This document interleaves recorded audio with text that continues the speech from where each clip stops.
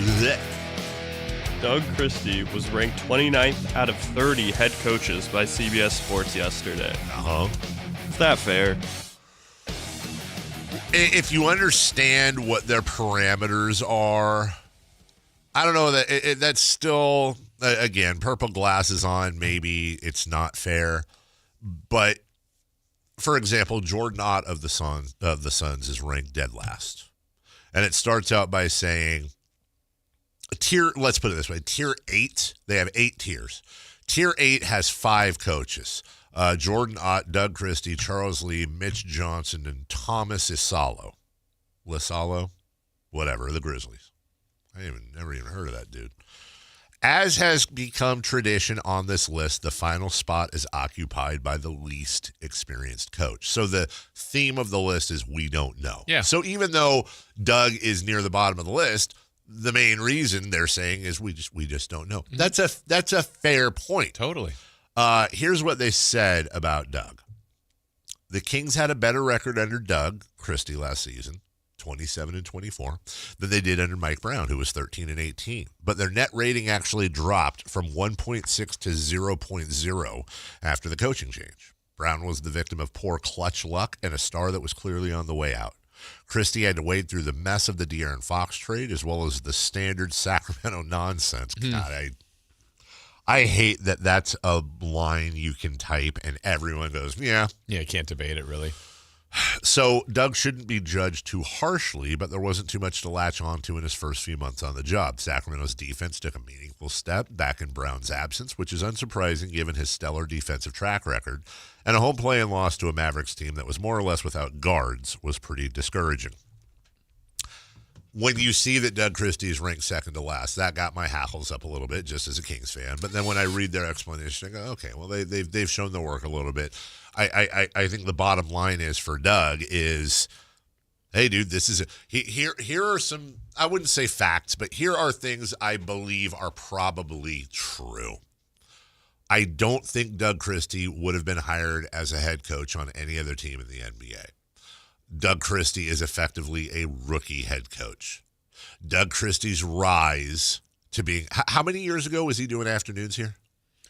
Probably 4 or 5. So in 4 to 5 years, he's gone from afternoon host at KHTK to head coach and one of 30 jobs in the league for the Sacramento Kings. Now, Doug obviously played a long and distinguished career and knows basketball and is a basketball lifer and not only played but also was one of those high IQ quarterback style players that translate very well to coaching. There's a lot of pluses to think that he could be a good NBA head coach, but he is a rookie effectively, and this is his chance right now to see how he can do. The problem with that, Jason, or the potential problem with that is that this isn't Doug Christie as a rookie getting a shot in Memphis or getting a shot in San Antonio.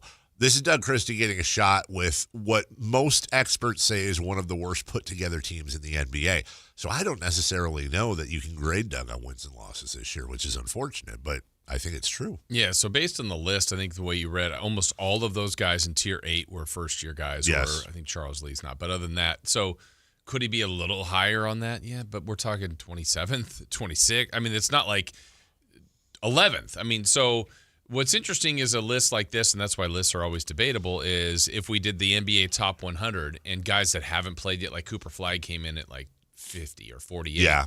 And played a second in the league. That's right. But there's expectations and belief that it'll be good, and I think he will be. And coaches, it's a little different because you're at the mercy of your team. Right. But Doug has a little bit of a sample size. Not the largest sample size. Yeah, but a little bit. A little bit of one. So, I mean, look, I have no issue with the list. Doug's the only one that can, and the team is the only one that can kind of change that perception. But you're not going to put, like, Steve Kerr, Eric Spoelstra, these guys that have been around. Right. I mean, this list makes sense. And ultimately, it doesn't matter. Yeah. We're not. He could be rated 30th, and maybe we might go, he's the best coach the Kings have ever had. He could be rated first, and quite the opposite. Right. Programming note, by the way, the bad news is no Sean Salisbury today, but for a good reason. Okay. The good news is he's moving back to 10 a.m. now, and will be with us tomorrow. His daughter is in labor. Oh, wow. He's at the hospital right now. So thoughts to that makes sense. Team Salisbury. And, I know Sean's more of a thrower than a catcher in his career, but maybe he puts come on. So he's with us tomorrow, you said? He'll be with us tomorrow. At 8? Okay. Wait, is that right? I mean, does that work? I don't know. You said 10 a.m. That's I'm 10 a.m. this time? I apologize. 10 a.m. Houston time, yes. Gotcha. 8 a.m. our time. Yeah. Got it. 10 a.m. would not work. Yeah. It'd work for Alan. Yeah. Good way to start his show. Free. 3 for Madness. Question 3. Question 3. With Keegan out. Can't hear you, buddy. You can turn that down a little bit. It's plastic. Yeah. Started screaming in his mouth. With Keegan out, who should start in his place? So, we spent a decent amount of time on this yesterday, Jason, but there was no Jason Ross. And, of course, we want your thoughts and analysis on this. With Keegan Murray out 4 to 6 weeks, likely the first 17 to 20 games. The question is, who should start for him? Your nominees are moving Keon Ellis into the starting lineup and moving Levine and DeMar DeRozan down, moving Neat Clifford into the starting lineup, moving Maxi Moreno into the starting lineup to play with Sabonis, putting either Isaac Jones in there, Drew Eubanks in there. The one I think is going to happen, I think just by default, because of the way Scott Perry and Doug Christie kind of been running things, I think it'll probably, at least to start, be Saric. But curious as to your thoughts. One, I don't love it. Just in the beginning. Yeah, I'm with you. Like, sometimes you hear a situation and you go, well, not ideal because Keegan's really important to this team. But good news is you can do this. Yes. I don't really love a lot of the options. I think they're terrible options. I think the best players, in my opinion, come from going small. I don't like that option, though. I think we've seen them play small, and I don't know. I don't think it's really that good of a version of the Kings. No. So then I'm leaning towards, and Reynaud is exciting in a way. It's like, okay, what is his future? But I think that's a huge ask of him. So honestly, I'm kind of Eubanks or Isaac Jones, and that is not sexy at all. Nope. But again, we're talking about starting, and that could be like, hey, a placeholder starting. Are they playing the first 4 minutes and out? I'm intrigued by Neek. He's not. I don't know. I'm hearing I don't love it. A lot of fans, I think the majority of fans, want either Nate Clifford or Keon Ellis. Okay. I don't understand either of those. What do you? Your power forward's going to be 6'6"? Yeah, I don't love it. There's just, it makes no. I understand the thought of like, okay, who's the? I think what it is okay, well, who's the best player on the bench? Let's put them in. I love Keon Ellis. I want him in the starting lineup. I love Nate Clifford. I'd love to see him get experience. Hey, Monk started before, yeah. Right? It's just, but you don't. DeMar DeRozan's what, 6'6", Levine's 6'5", Clifford 6'6", Keon Ellis is what, 6'3", 6'4". Yeah.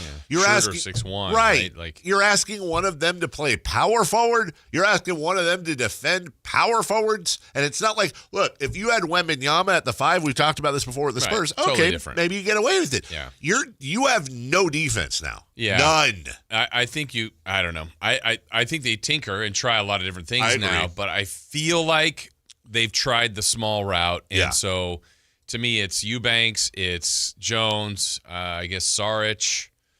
I think that's where I'd go.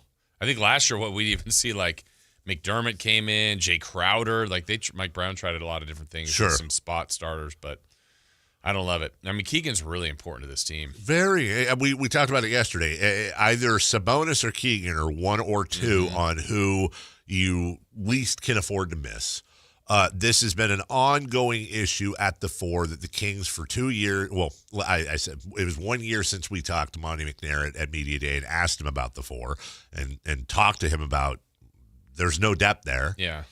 And they still haven't corrected it. Right. And ideally, again, Keegan's probably the 3. That's the thing. They're so bad and so depthless at the 4 that you have a guy playing out of position at the 4. And I don't even think they're wrong, would say Sabonis should be the 4. And if absolutely. you had like a stretch five or a true center, I mean, Sabonis does an amazing job. Yes. But he might be better fit as a 4 in some sense offensively. I honestly, well, and to further the point, by the way, although this is less egregious than Keegan, but a lot of people would argue Harrison Barnes is not a power forward either. Correct. Who was the power forward Right. before Keegan stepped in Correct. there. So they've had this issue, and they could have had John Collins last year.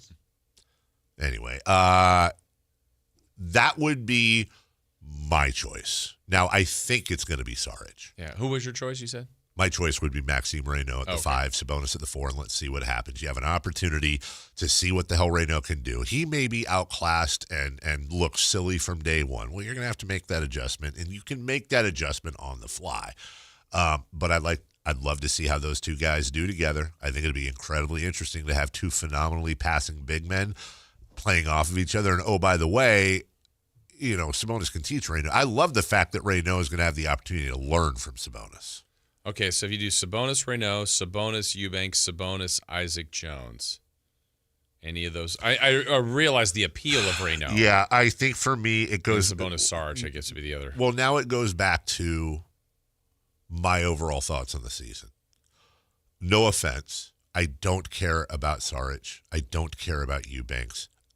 I don't really care about Jones either. Although, if I had to care about the three of them, he'd be the one I care about the most. I mean, in fairness, is there any chance Isaac Jones kind of follows the lead of Keon? I mean, there was a time where it's like, Keon's a G League That's guy. why he's getting a little time, and now it's like, Keon's a good player. That's why I care about him more. But honestly, the one that intrigues me even more than him is, what's his face in the first game? Cardwell? Yeah, Dylan Cardwell.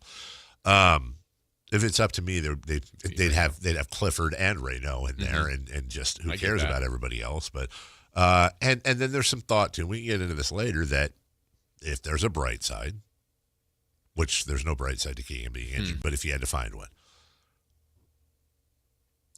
we'll do this later with you because Kyle and I did this yesterday. I want to run through the first 20 games. And I want you to give me your guess. Okay. All right. I know what Kyle said. I know what I think I want. And then we can kind of play off, okay, if they are this, what's the next step? Because in the end, Keegan Murray's injury may help this front office and this organization make some tough decisions maybe they didn't want to make or were on the fence about. Yeah.